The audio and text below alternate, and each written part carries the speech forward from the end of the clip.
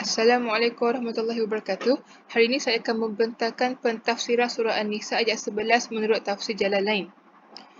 Berikut merupakan surah An-Nisa ayat 11 beserta dengan maksudnya sekali.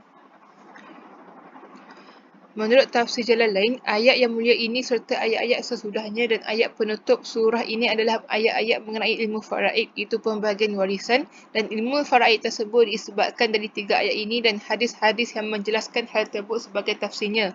Sebagai dari apa yang berkaitan dengan tafsir, masalah ini akan kami sebutkan, sedangkan berkenaan dengan keputusan masalah, huraian perbezaan pendapat dan dalil-dalilnya serta hujah-hujah yang dikemukakan oleh para imam. Tempatnya adalah dalam kitab-kitab hukum. Hanya kepada Allah tempat meminta pertolongan. Sesungguhnya telah datang anjuran mempelajari ilmu faraid dan pembahagian-pembahagian tertentu. Ini merupakan hal yang terpenting dalam ilmu itu.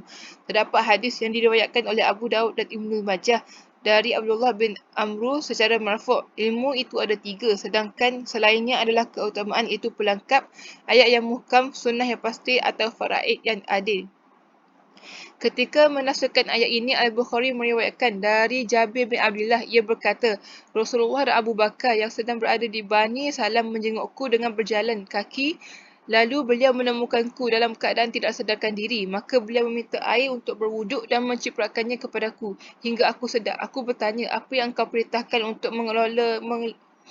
mengelola hartaku ya Rasulullah? Maka turunlah ayat, Yushikumullahu fi auladikum lizakari mislu hadil unsayain, iaitu Allah mensyariatkan kepadamu tentang pembahagian waris untuk anak-anakmu, iaitu bahagian seorang anak lelaki sama dengan bahagian dua orang anak perempuan. Demikianlah yang diriwayatkan oleh Muslim, An-Nasa'i dan seluruh jamaah.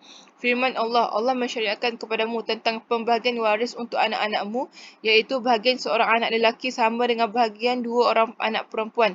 Artinya, dia memerintahkan kalian untuk berbuat adil kepada mereka, kerana dahulu orang-orang jahiliyah memberikan seluruh harta warisan hanya untuk laki-laki, tidak untuk wanita. Maka Allah Subhanahu Wa Taala memerintahkan kesamaan di antara mereka dalam asal hukum waris dan membezakan bahagian di antara dua jenis tersebut, di mana bahagian laki-laki sama dengan dua bahagian perempuan. Hal itu disebabkan kerana laki-laki memerlukan pemenuhan tanggungjawab nafkah, beban perdagangan, usaha dan risiko tanggungjawab. Maka sesuai sekali jika ia diberikan dua kali lipat daripada yang diberikan kepada wanita. Sebahagian pemikir mengambil istinbat dari firman Allah Ta'ala ini, Allah mensyariatkan bagimu tentang pembahagian waris untuk anak-anakmu, iaitu bahagian seorang anak laki-laki sama dengan bahagian dua orang anak perempuan. Bahawa Allah lebih sayang kepada makhluknya daripada seorang ibu kepada anaknya, di mana Allah mewasiatkan kepada kedua orang tua tentang anak-anak mereka, maka dapatlah diketahui bahawa Allah lebih sayang kepada mereka daripada mereka sendiri.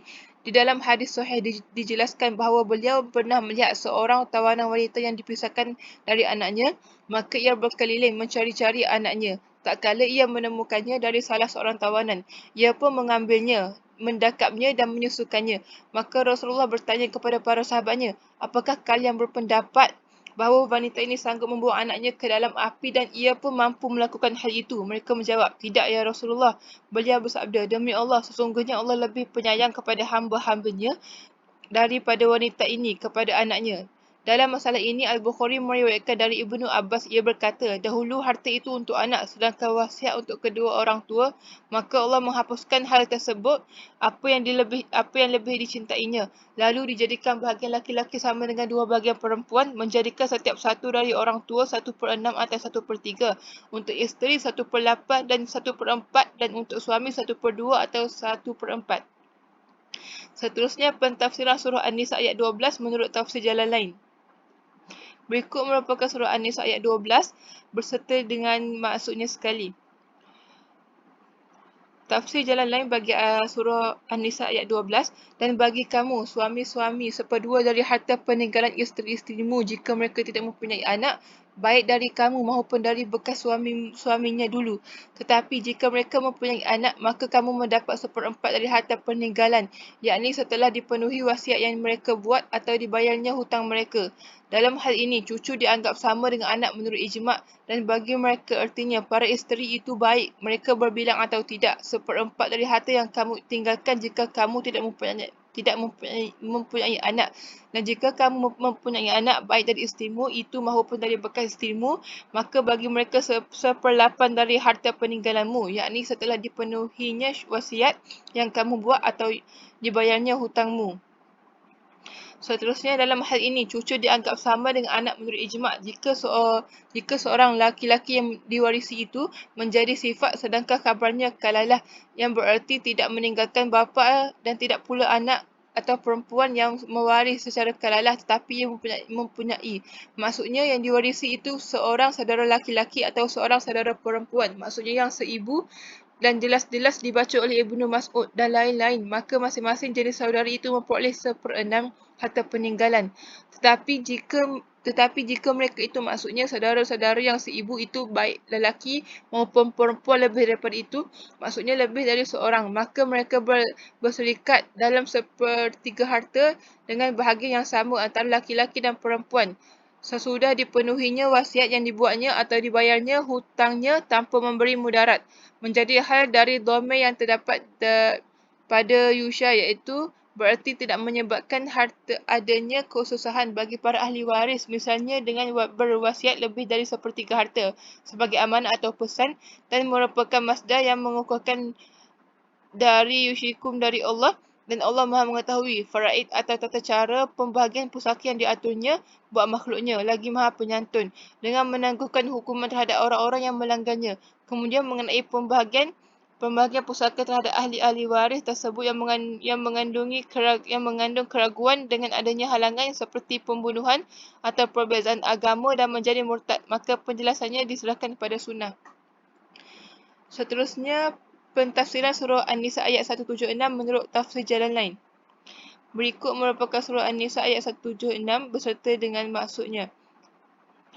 Menurut tafsir Jalalain, mereka meminta fatwa kepadamu mengenai kalalah, iaitu jika seseorang meninggal dunia tanpa meninggalkan bapa dan anak, katakanlah Allah memberi fatwa kepadamu tentang kalalah jika seseorang umru'un menjadi marfu' dengan fi'il yang menafsirkannya celaka, maksudnya meninggal dunia dan tidak mempunyai anak, dan tidak pula bapa, yakni yang dimaksud dengan kalalah tadi, tetapi mempunyai seorang saudara perempuan, baik sekandung maupun sebapa.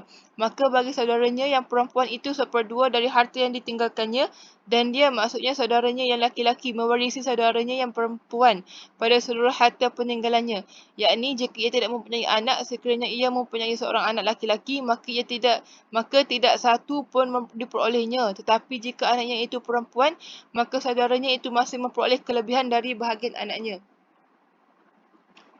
Dan sekiranya saudara laki-laki atau saudara perempuan itu seibu, maka bahagiannya ialah 1/6. Sebahagian telah diterangkan di awal surah. Jika mereka itu maksudnya saudara perempuan 2 orang atau lebih, kerana ayat ini turun mengenai Jabir yang meninggal dunia dengan meninggalkannya beberapa orang saudara perempuan, maka bagi keduanya 2/3 dari harta peninggalan saudara laki-laki mereka. Dan jika mereka, yakni ahli waris itu terdiri dari saudara laki-laki dan perempuan, maka bahagian seorang laki-laki di antara mereka sebanyak bahagian 2 orang perempuan. Allah menerangkan kepadamu syariat-syariat agamanya agar kamu tidak sesat. Dan Allah Maha mengetahui segala sesuatu di antaranya tentang pembagian harta warisan. Diriwayatkan oleh Bukhari dan Muslim dari Bara bahawa ia merupakan ayat yang terakhir diturunkan, maksudnya mengenai faraid. Setakat itu sahaja pembincangan saya pada hari ini. Sekian, terima kasih.